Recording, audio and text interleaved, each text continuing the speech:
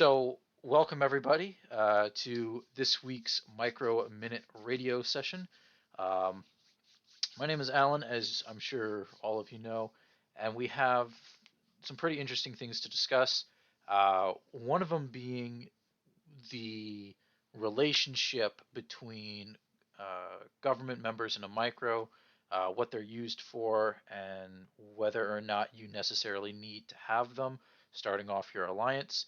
And then a little bit later, we're going to basically have just a general discussion about current events, and I will be opening up the discussion and channel to some of our listeners right now.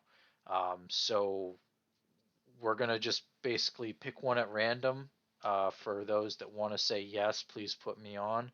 And we're going to talk in 10-minute increments as to, what the random Joe's opinion is on that. So, getting started, there's a lot to discuss in regards to um, the recent merges and everything. I want to put that aside and leave that to the very last. Um, so we'll focus on the government first. So when starting your new alliance, you have a couple of things that you need to do. The first is understand what type of government you want to have set up, and then from there you can kind of determine, all right, here are the needs for my government. The first initial thing is, okay, if if I'm not available all the time, maybe pick somebody with a higher activity activity rate than me for military affairs to do counters and stuff. If I'm not really great with talking to people and I kind of want to stay to my own circle, maybe get somebody for foreign affairs.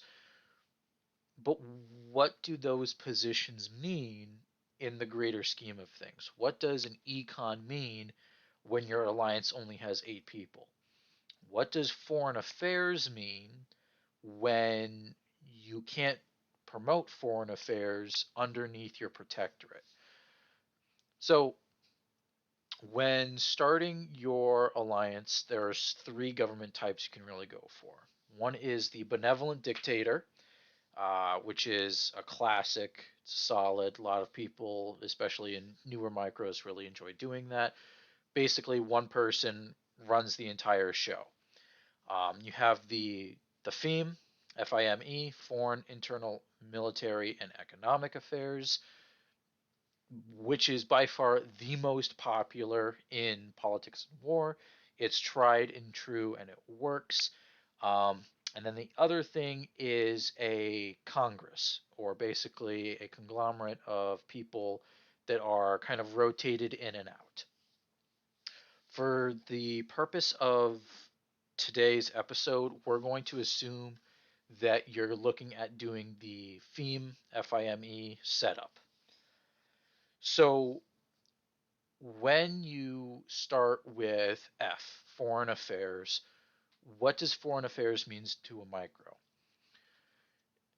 Realistically speaking, foreign affairs should not entail treaty making. I, I know that's slightly confusing. When you approach foreign affairs, you want to be looking for conversation more than anything else. Getting the ball rolling and starting to talk to people that are around your city level, around your member count, is going to help you open the door into maybe a treaty down the line. The one thing you have to be careful of is when you are doing foreign affairs, you need to make sure that you are doing foreign affairs with the intention of making friends. Because there are micros that do foreign affairs that say, we're not friends, I'm better than you, and because of that, we're here to guide you and show you how things are done, so you should stick with us. Stick with the people that know what they're doing.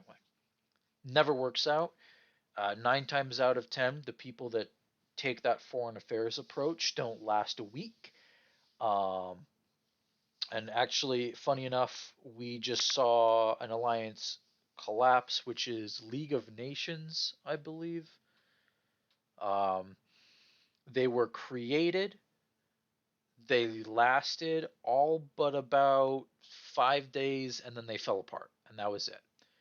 Um, your foreign affairs needs to be which? What do you mean by which? Hold on, we got some opening questions here. It's League of Nations. Let me see. Yeah, the League of Nations. Basically lasted for 5 days, fell apart, sucks.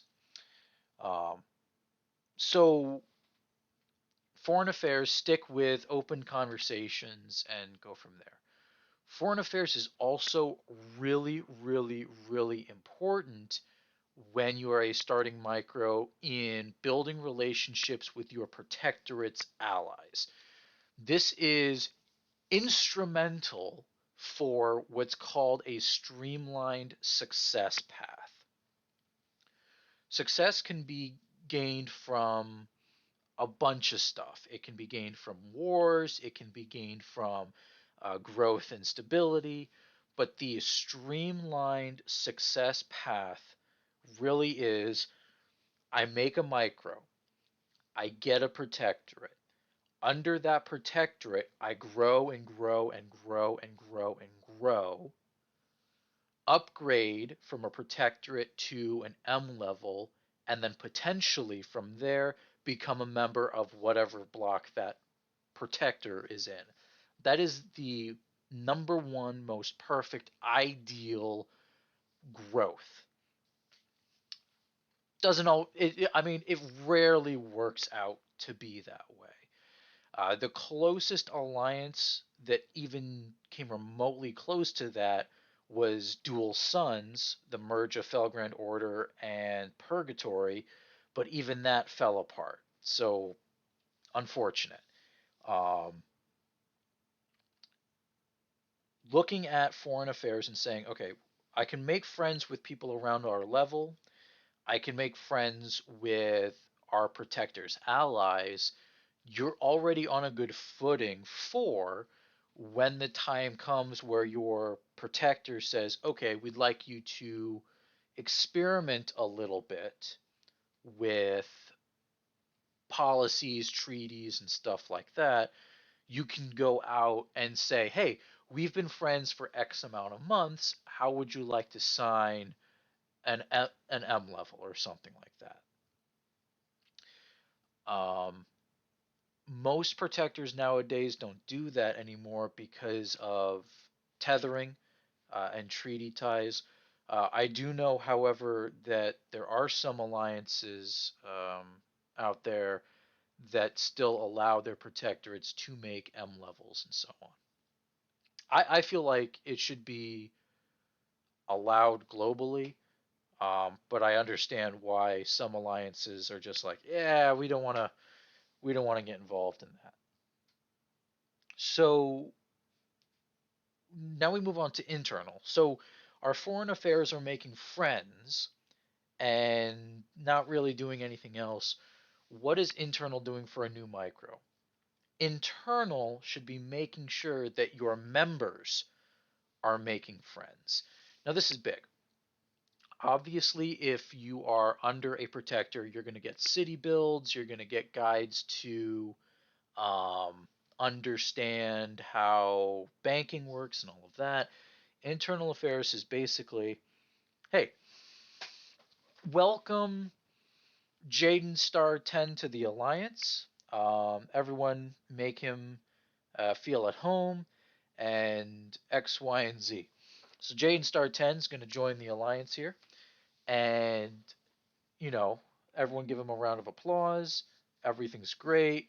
Jaden Star 10 obviously just started the game, super new. He's made some mistakes, but we want everyone to be friends here. So, Pegleg, uh, Katsos, have goal. Let's all be nice to our new member Jaden Star here. Internal affairs as a starting micro should not focus on forcing people into builds. You only want to do that once you are in a position of, okay, now we've gotten our base and we can grow on top of that base. I would say internal affairs should really start working on um, actual builds and stuff once you have 15 members. Anything before then is just silly and redundant. So, foreign affairs allows your alliance to make friends. Internal affairs allows your members to make friends. Military affairs military affairs is allowing your alliance to make enemies with other alliances. Military affairs should be in charge of generating and providing raids and targets for your alliance very early on.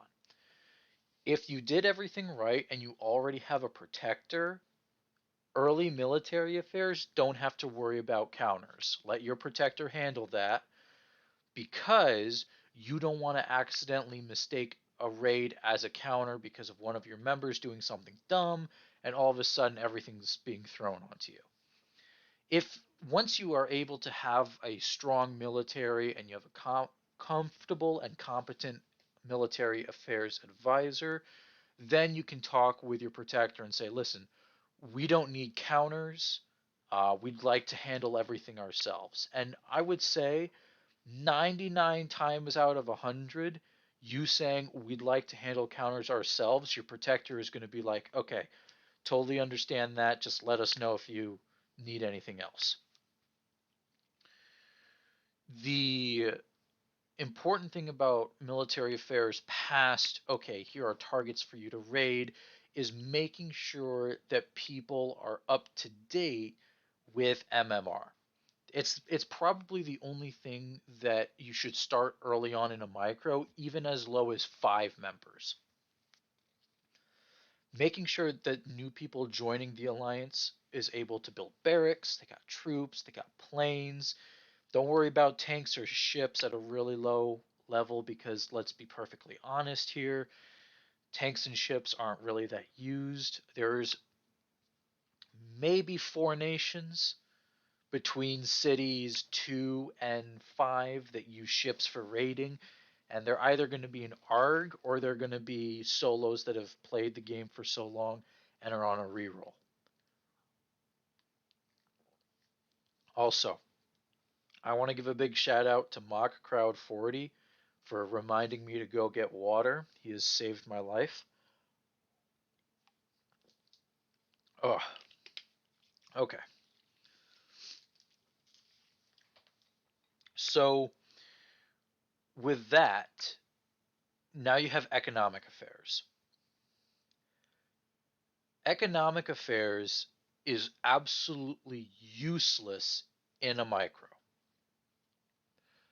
And starting off your micro, the leader of the alliance should be your head of econ. You run the bank, can't get cooped. You run the grants, meaning people aren't being stupid with it. And nobody can just steal the bank and yoink it at a very, very young age. If you're starting an alliance and you've kept to the guides that I've been trying to give people, realistically, you will have already started your alliance with 50 million in the bank, cash. A City 5 looking at 50 million says, ooh, that's tasty. I'm going to take it and go apply to the Knights Radiant. you know, don't make the mistake that I I can't even say tens. Don't make the mistake that hundreds of players before has made. We have Crew as a very good example. Okay, I'm starting an alliance. I have 5 members. Oh, hello, Mr. City 19. Damn, boy, you looking fine with all them cities. What? You want to be head of econ? Sure thing, buddy. There you go. Where's the bank? Where, where'd it go? Where, where did crew, where did crew go? Oh, that's really unfortunate. How many alliances did Crew steal the banks of before he made United Marine Corps? Oh, right, 6. This man stole 6 alliance banks, totaling 311 million. Let me tell you, to the micros that lost their banks because a City 19 was a scumbag, I really apologize. And I hope that you guys are able to reclaim what you've lost. Um,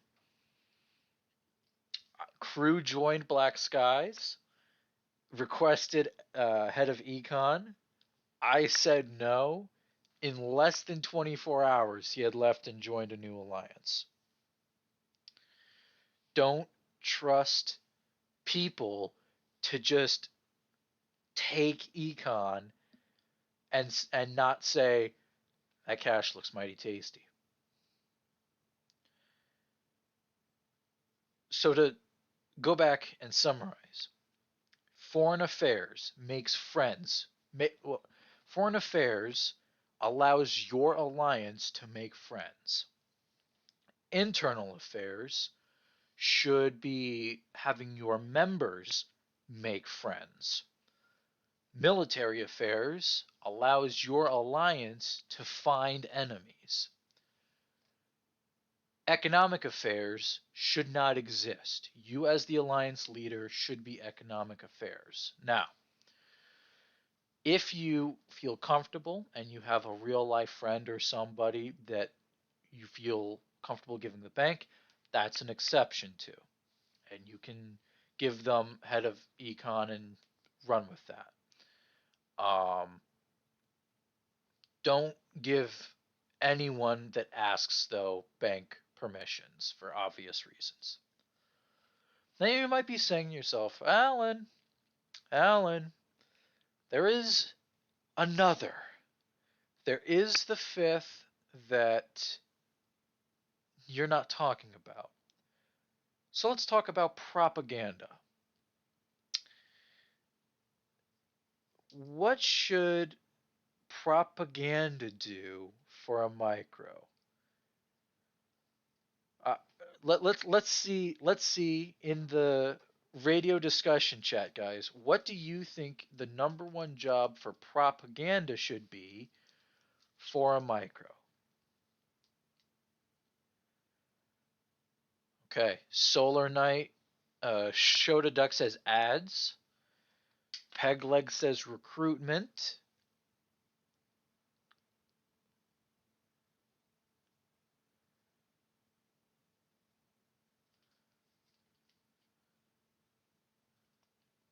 Spinning stories to benefit your alliance. Core is the closest.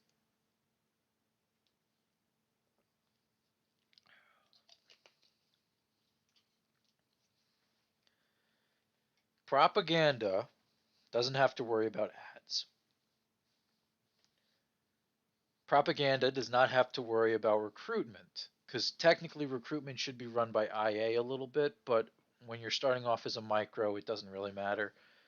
I think when Black Skies first started off, because military affairs wasn't really doing anything, I told military affairs to worry about recruitment. Um, but propaganda, if you are going to go that extra step and have the fifth division, which realistically, you should only have it like 50 members or something. Propaganda should worry about beautification. Now, what does that mean? Beautification means whatever the alliance lacks in, you need to make that as wonderful as possible. If there is a fault, you need to spin that into a positive. So let's take a alliance and do an example of that. Okay, all right. I'm sorry. We're gonna go back there one more time. The Reef. Okay. In the Reef's case, your propaganda should spin a no, no, that's not the case. We are not getting a group of 9 people to attack one alliance. Instead, spin it to a our foreign affairs is killing it, and we have 9 allies that'll be able to join us in a war. Let's talk about um, let's see. Um, no, Nova Roma. Okay, let's talk about Nova Roma. Nova Roma can say, listen, we are all ex-gov of the Lost Empire. Spin that into we have all of this knowledge about government and how it works, and we're taking that knowledge and we're setting up an alliance that is already good to go, already hits the ground running. Rohirrim did an excellent job because their propaganda is kind of linked to their econ. They said, we don't have allies. Spin that into we don't have allies, but we have all these trade partners and all these people giving us good stuff. Propaganda, when used correctly. Fuck, is Peg Leg really gonna give me a hoagie? Yo, hold on. Hoagie based. Um, sorry. I'm speaking of hoagies. I'm sorry. I have to go off on a little tangent here. We have a group, me and a couple friends that is not politics and war related, and somebody posted a picture of uh, Hulk Hogan, and it's Hulk Hogan smushed inside of a hoagie. Fucking dumbest shit I've ever seen in my life. Anyway, going back, so you have foreign, internal, military, economic, and propaganda. Um, and realistically, you don't necessarily need all of those government positions. When starting off your alliance, my suggestion to you would be to start by getting a second. Then basically you can say, all right, here are the tasks that we have for this upcoming week or whatever, and you can split it in half. That's better than trying to find 4 people that are comfortable and confident in, head gov positions. It's also a lot easier than just trying to do all of the work yourself because even doing half of it is going to be better than not. Um, and even after a while, if your second isn't quite working out, but you see that they're doing really well in one subject, you can just move them to a head of that department. So I'd like to know in the radio discussion chat because in 2 minutes here we're going to open up the floodgates. I'm currently recording my voice right now in all of my desktop audio. However, We're gonna have to do it one at a time. So I'm going to post real quick. Um, who wants to talk? And I'm gonna leave a reaction, and you thumbs up that if you want to talk on the radio show. And when we're gonna go over some questions that people have asked me over the past 2 weeks, and we'll basically have a one-on-one for 10 minutes as to my opinions and your opinions on that subject. Um, I'm going to pick you at random, but we have uh, currently four things to talk about. The first one is merges. There's been a lot of recent merges lately. There was a merge of the League of Nations into Black Skies. There was a merge of FSR into Nova Roma. There was the merge of um, wasn't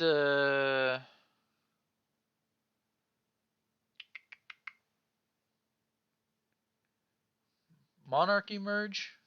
No. What was the other merge? Happened, I want to say 4 or 5 days ago.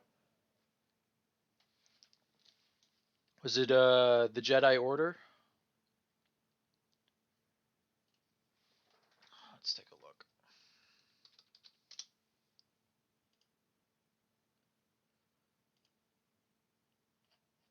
No. Oh, I'm sorry.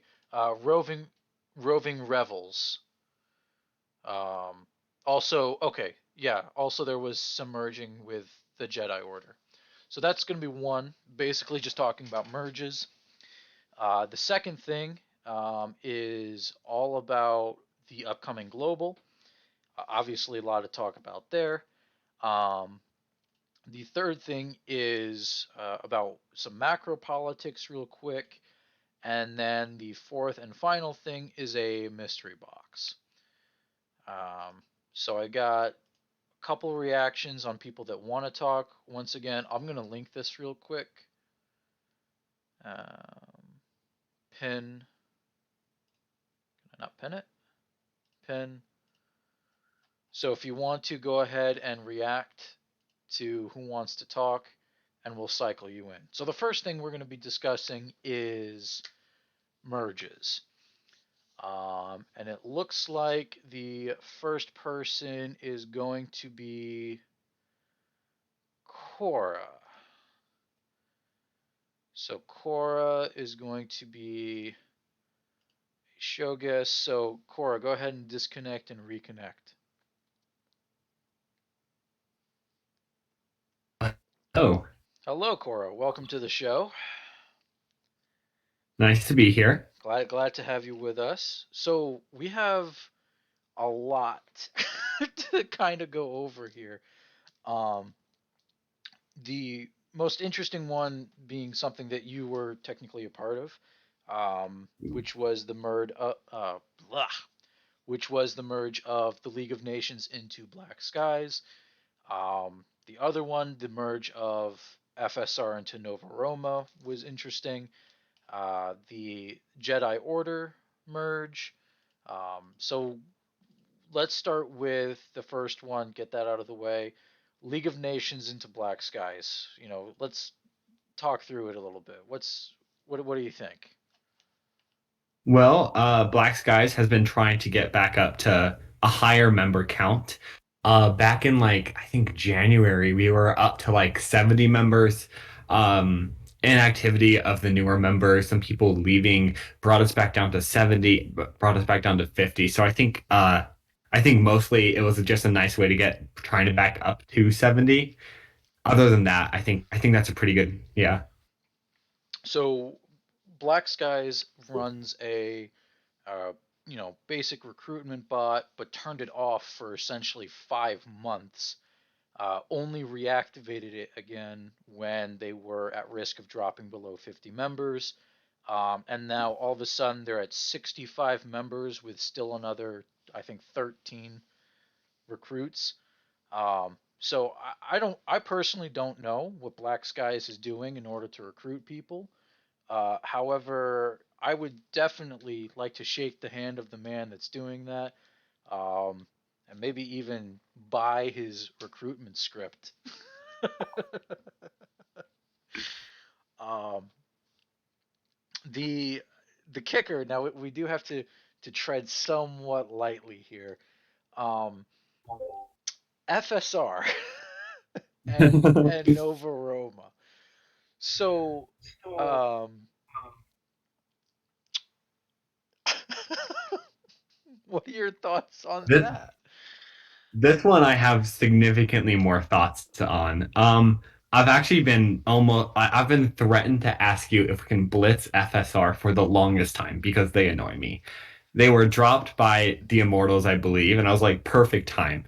And then they got signed by the Federation, which of course is an ally, so we can't blitz an ally or some stupid stuff like that. And I was just hoping for the Federation to have a brain cell and drop them, and then they merge into Nova Roma, right? I was actually looking at Nova Roma before they merged for the show I've been working on, and one thing that I noticed was they have a shit ton of gov, right? Like their gov to membership rates before the merge was like 40%, right? Like 40% of their total membership was gov in some capacity, which was significantly higher than micros in their range score wise and like membership wise, right? Hmm. So, and I was like, that seems kind of strange. And then they merge with FSR, which some of the Gov with FSR did join them. However, FSR had like three Gov members to begin with. So I understand more of why they had such high government rates. More specifically with what we're all thinking about when it comes to FSR, the bots that unfortunately did stay with Nova Roma. And I do.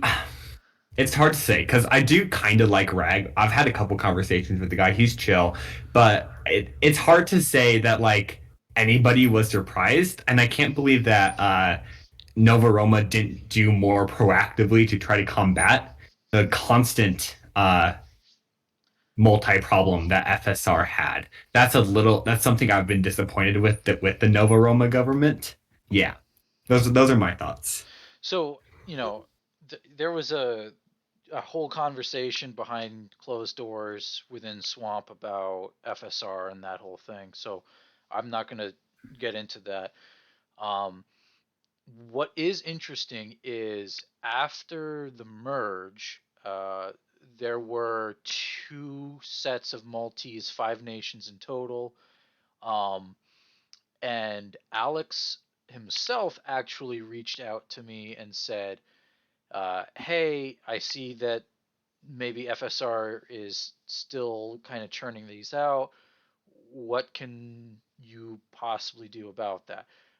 I made a whole kind of into FSR a little bit, and that was only when we had 19 of their nations banned for Maltese.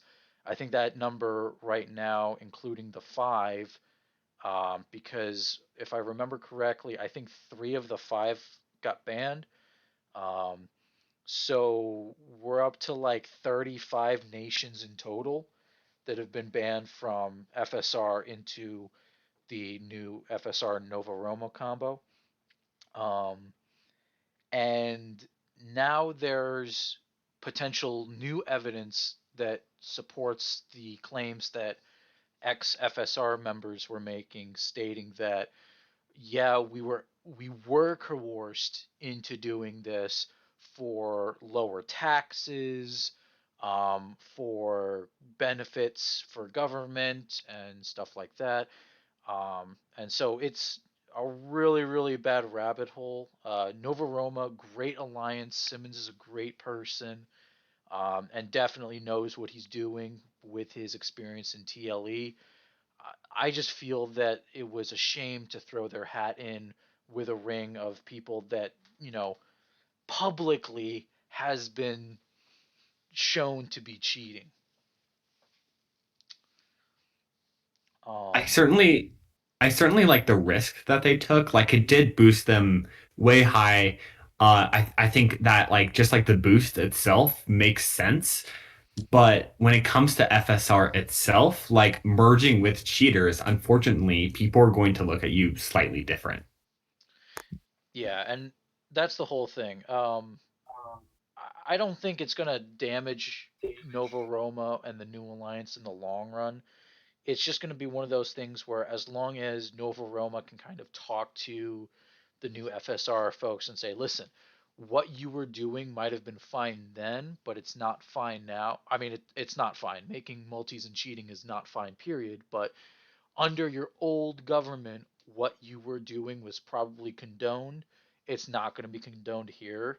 And as long as they can kind of clamp down on that, I think that they'll be fine. Um, so he, the other thing is the Jedi Order. The Jedi Order recently had a weird merge, to say the least. And there's been an alliance kind of hopping in and out of a bunch of areas called Roving Revels. But I don't even think they're called Roving Revels anymore because that name was taken by members that didn't leave the first alliance. So, okay, so it was Roaring Revels, and now I the think the alliance new is called as Ring of Ring Rev. of Revels. Yeah. Yeah, so let's talk about Ring of Revels real quick. Your opinions on Vishal and that whole alliance. That alliance is one of my favorites to look at because they are not good at their jobs. Um, Black Skies actually has a history with Vishal a little bit. Back when it was Roaring Rebels, I actually rated one of Roaring Rebels' members before they had any prots or whatever. And randomly, I get a guy from Ethereal Gang, which has no treaties with Roaring Rebels, by the way, uh, saying he was a counter for that guy, which is an obvious illegal counter. So Black Skies gets the War Machine ready. We were like, there was like a whole thing with like, hey, peace out, give us some reparations, stuff like that. If you want to scroll up in the Black Skies public in chat, it's kind of hilarious. And then I actually follow them throughout other alliances. I know that Vishal was in United States Marine Corps or the new one with the Stratosphere, something like that. They keep on him and Universal, which I'm pretty sure UNMC. Thank you. I'm pretty sure they're brothers because I looked at like their like link and it says the same. They could be multis, but with them both being that active, there wasn't any sweetheart deals between them. I think they're just like brothers or something. That's why they keep on going from alliance to alliance together. There was like a lot of reports of like fraud of them like asking for grants and then immediately leaving, stuff like that. And then they make Ring of Revels, which, by the way, I don't know if this is still a trait in their server, but you could just click a role to get the member role and get access into all their member and government chats, which me and and a couple other users from Ron is go was decided to like have a fake coup in their alliance. That was a lot of fun. Um, so I guess my main idea there is I think they adequately prove why we need to have like a time limit on making alliances. Like, hey, you need to have at least like 150 days in the game before you can make an alliance and not a score because those that's the exact reason. They make an alliance, they screw up, they steal from a bunch of people, cycle repeats. Yeah, and there's a lot that can be done with that. And the number one thing that everyone complains about when creating alliances and even during global wars is war dodging. Um, that's like a huge sin to war dodge and stuff like that. However, for some reason, war dodging when it comes to offshores is completely overlooked. War dodging when it comes to deleting an alliance and recreating it to save the bank is completely okay. Um, so I don't know. you know, you know, as Cora, you're a viewer of the show, you know that I'm all in favor of making sure that, hey, there's got to be a time limit to making these alliances. Um, because, we've had alliances where somebody made an alliance, and I don't remember what it was. Um, like like Spanish Inquisition or something like that. And they misspelled Inquisition. So they left Spanish Inquisition, which was like Inquisition with an E. Um, Somebody was trapped in that alliance, went inactive, and they remade Spanish Inquisition. So now we have two alliances with fucking trash. Absolute straight hot garbage. Man, Alex needs to implement a spell check or something at least, bare minimum. um, well, Cora, thank you for coming on and talking to us about the recent merges. Um, Yeah. Really appreciate your time. The next topic that we're going to be going into is the upcoming global. Does anyone want to talk about that?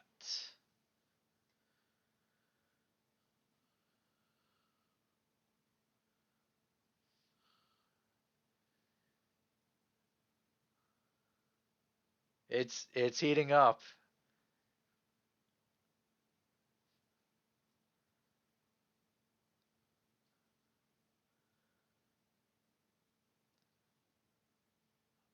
Okay.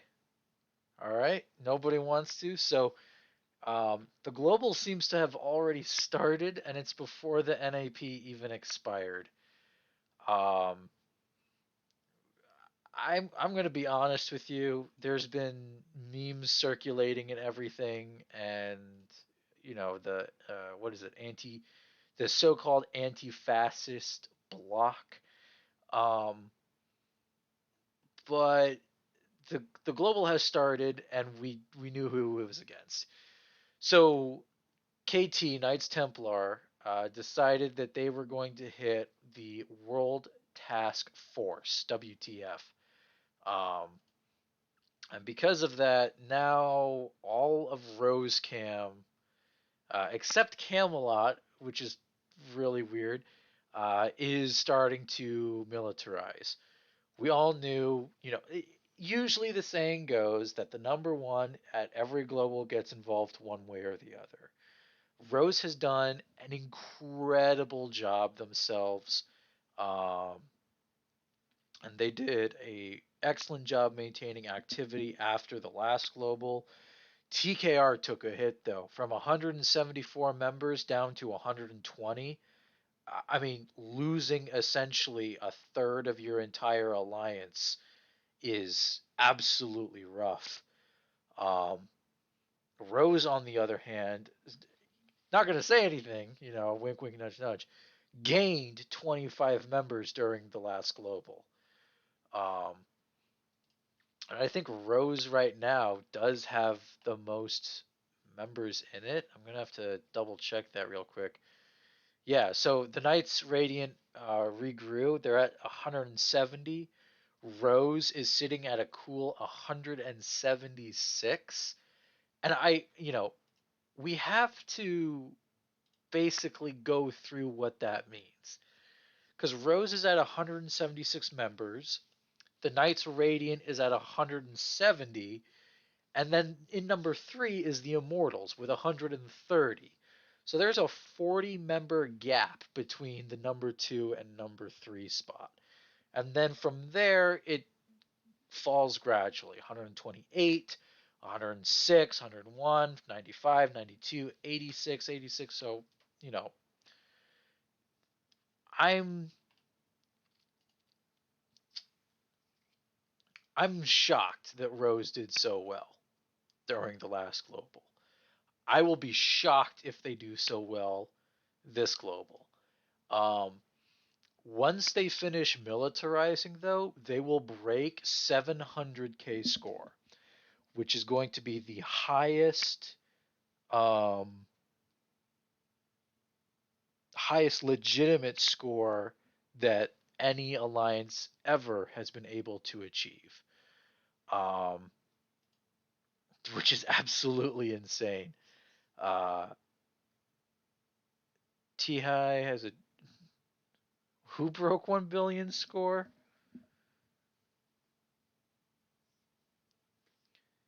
Rose is never going to reach 800k. No, I shouldn't say that. Rose before this global is not going to reach 800k score. Um, Rose might cap at like 740, 750. They don't have enough cities in order to militarize to basically another 100,000 score. Um, they have a lot of members. They have, it's got to be over. Yeah, they have 3,551 cities.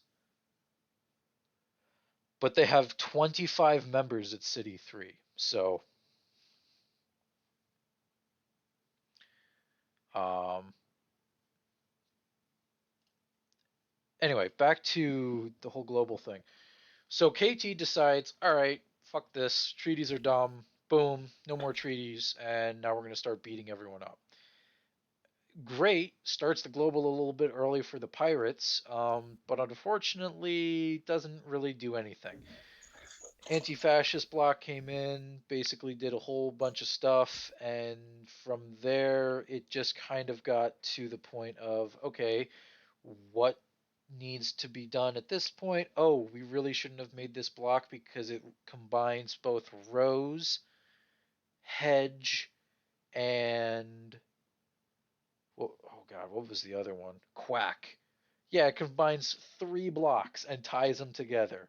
Maybe we really shouldn't be doing this. So that entire thing disbanded. Guys, come on. Come on. KT is the edgier version of ARG. All right? We all know that. We all know that.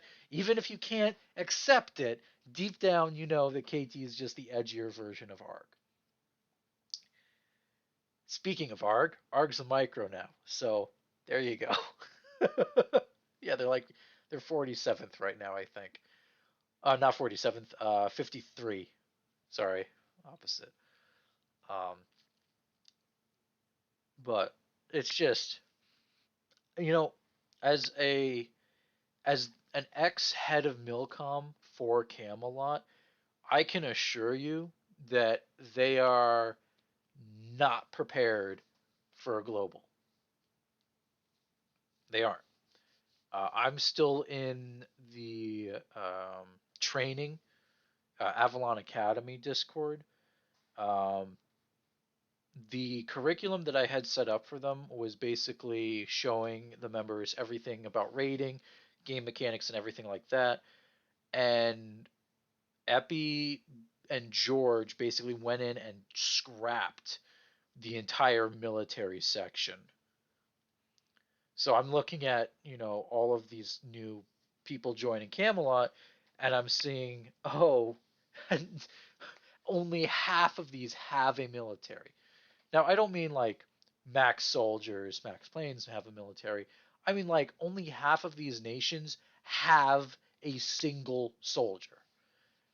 Only half of these nations have anything. So, if Camelot is running the academy anything like they're running the main alliance and trying to show people how to play, Camelot is not going to be in a great position this upcoming global. Um, so the next thing that I'd like to talk about, uh, I I don't know. Is there a topic that somebody here is direly wanting to discuss?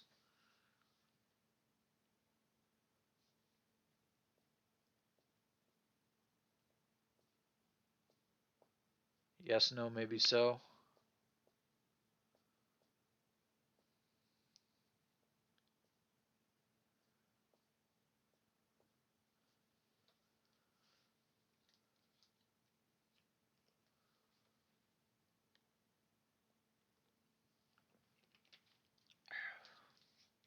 So that was so another bit that was in the news was after Black Skies left Liberty Block, Schrute Farms changed their name to Galactic Empire. Basically went to a bunch of micros saying, "Hey, we're reforming a new block, um, and without Stinky Black Skies, we're looking at bringing on some protectorates. Let's get this done." And then all of a sudden, Galactic Empire decided that they were going to be a protectorate, and they cut off all ties uh, with TCM and Golden Dawn, which is hilarious. Um,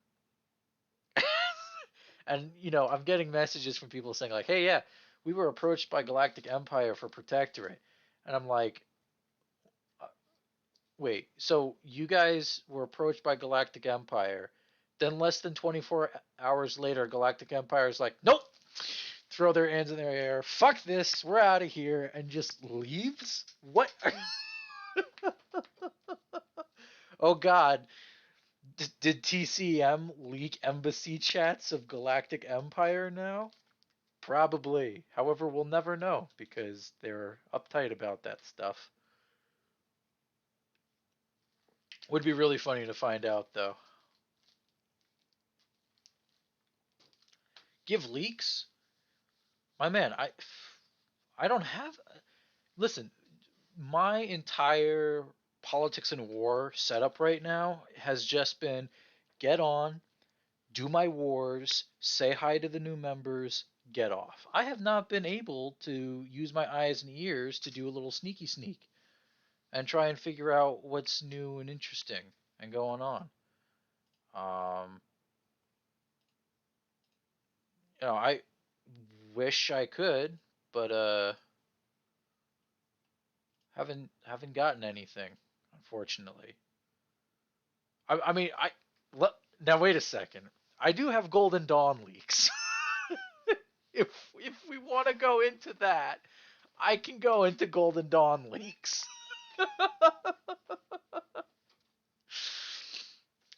um, so Golden Dawn basically, uh, one of their members came to me and said, "Hey, I just watched a video that you did on the Micro Minute. I really like it. I subscribed." I'm like, "Cool. We're like only a couple subscribers away from passing Thalmoria." And they said, "I have a question though." I said, "Yeah, go ahead, shoot. What's up? Are my alliance leaders good alliance leaders?" Now, I'm pretty sure we can basically just come up with the answer to that. Are Golden Dawn leaders good alliance leaders? However, I had to be like, okay, relatively new member. Obviously, they haven't played the game enough. They haven't experienced other alliances.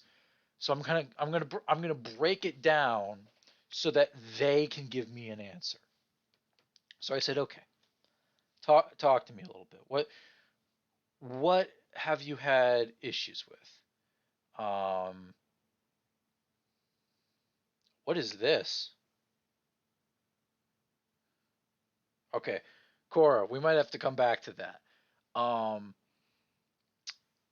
what was interesting is the member was able to break down a lot and say, well, shoot me became known as Trader Me in the Discord. Fact. We actually have screenshots of Trader Me um, in the Golden Dawn Discord server. Um, and they said, fighting in a war against Arg, which we really didn't want, wasn't great, but having our leader leave for the enemy was even worse. I'm like, yeah, yeah, I get that. I understand that. So obviously the leader, and I mean, I went through all of this in the post when the leaks first came out. So the newest, um, the newest leak from Golden Dawn is their new econ strategy. Um, Let me tell you, it's a classic. Uh, we just got out of a huge war with ARG. Couple billion lost. I think Golden Dawn lost about 3.2 billion, with about 2 billion of that being in just infra alone. Um, but what would be the rebuild plan? What's the econ plan for Golden Dawn right now? Go ahead. Let's see. What are your thoughts? What's goal? Okay, loans, communism.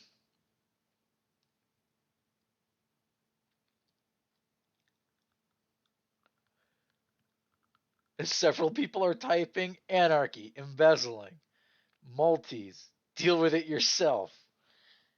Go find every myth. Hey, Arctic got it. Arctic got it. Every man for himself.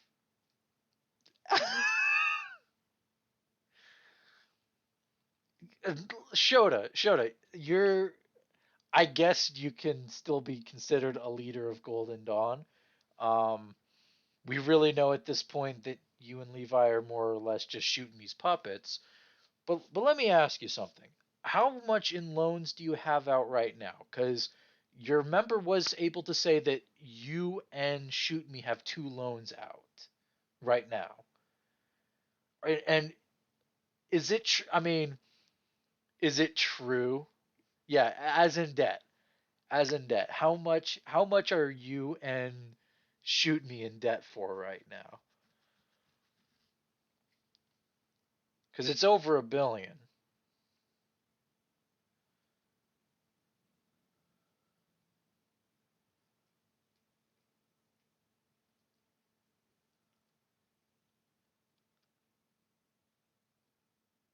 Oh, okay. I'm sorry. It's not.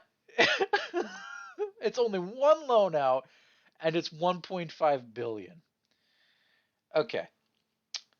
So after Allenfall, and you have to understand this is 55 members.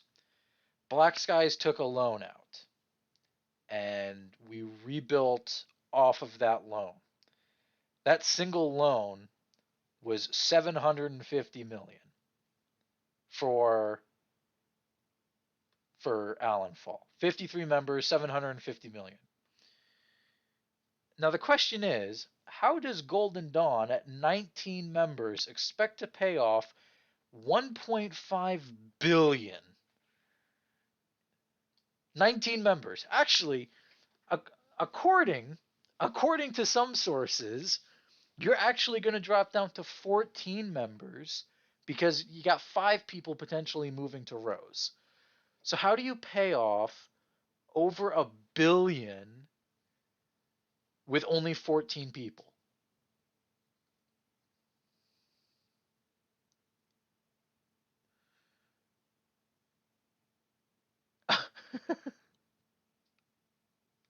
You create a scam.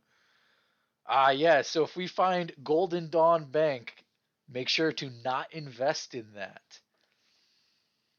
Golden Dawn Trading Services LLC. We trade for traders. Oh man, look at this. I got Trader Shoot Me foil collectible. It's in mint condition. No way. Yeah, absolutely. I got a Firewolf card out of this pack. No way, that's insane. Let me tell you, I want to see a Politics and War shitty leader trading card. I want to see it.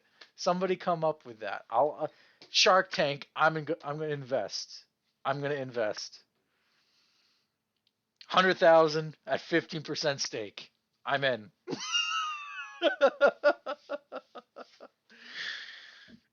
my god. Yeah, yeah. Make an entire card game. Have it be 100,000 per card, and have it go like 5 mil for like a mythic. Like, ooh, oh my gosh, I got a Roquetin. Holy cow. Yo, it's 5 mil for those, so I got Valk! Whoa, we got Valk! Let's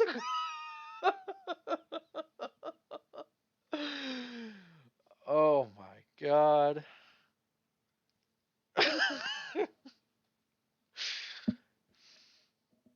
Fucking no. Oh.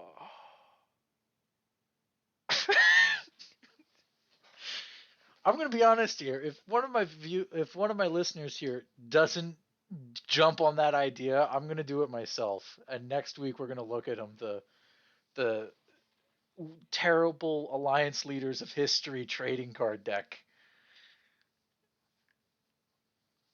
Ugh, fucking hilarious. Um,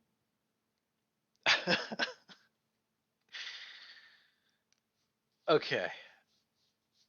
Oh, see. You would have to do like well-known alliance leaders or alliance leaders from history, because just having like BMP, you fucking BMP is like worthless. Like, oh my gosh, this card is worth maybe 12 cents. Ugh.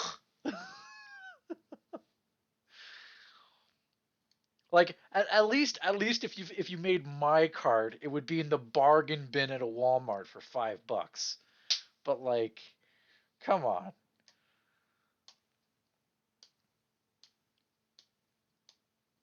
Attack points, skills, special abilities.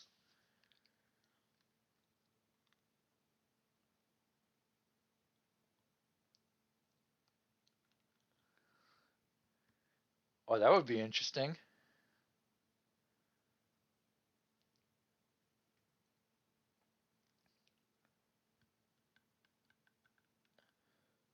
No, Mindsum as a leader is super common because of all of the alliances he's made.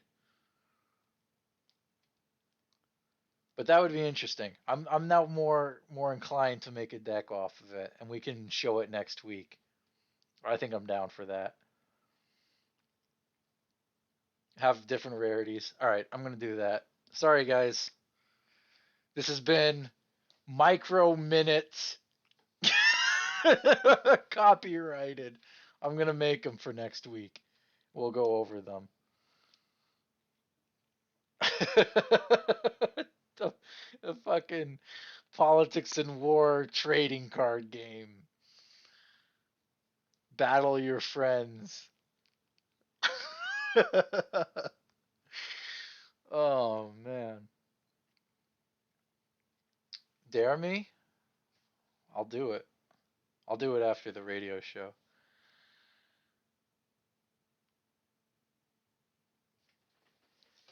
Um okay, so what any other topics we want to discuss? We have a little bit more time.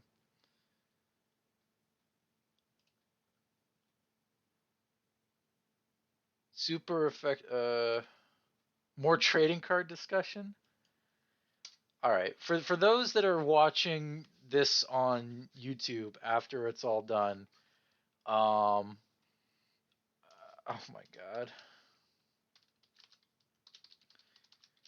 I'll go ahead and link the new Discord that I've made, which is the Politics and War Trading Card Game. Hold on, I gotta rename this.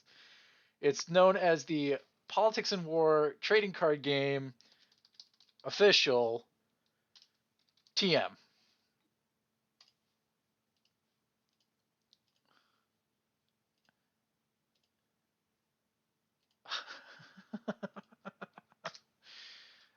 In order to activate certain users, you have to have the mana. kind of like for Magic the Gathering. So we have the instead of red, white, blue, green, and black, we have coal, oil, lead, iron, bauxite. Um,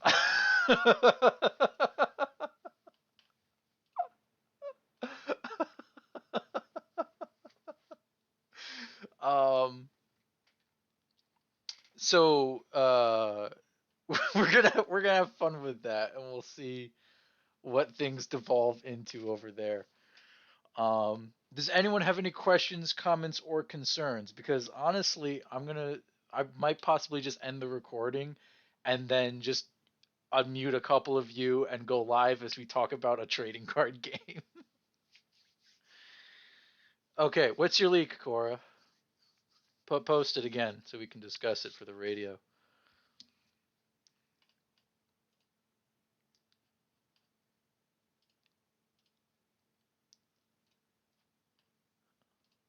Hold on. People are being naughty. I make a server and people are being rude dudes. Okay. So Cora posted a leak in the chat. It's from Kaz. Um, and Kaz says, I get that we aren't the Commonwealth. Games should always be left guessing as to what our intentions are. Harry's comment was actually pertaining to the fighting pacifist members who built infra too high and who became multiple attrition targets who won't be rebuilding to their max levels. Game can easily take that to mean that we are planning to start the next global. Okay. So here's the question though. Oasis can't fight. Uh, now I should rephrase that. Oasis doesn't want to fight in the upcoming global.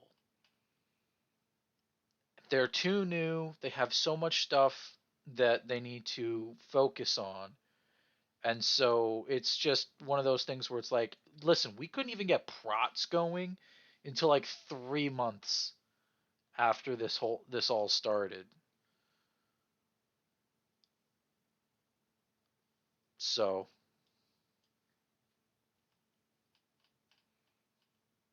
it's just ugh.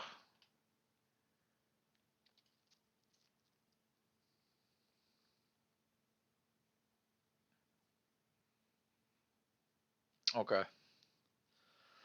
Well, thank you guys for coming out to the radio show. I'm going to turn it over into a trading card game discussion. And if you are watching this on YouTube, make sure you check us next week because I'm sure we're going to have some cards for you. So thank you guys so much for watching and listening in, and I hope we will see you next week. Take care, guys.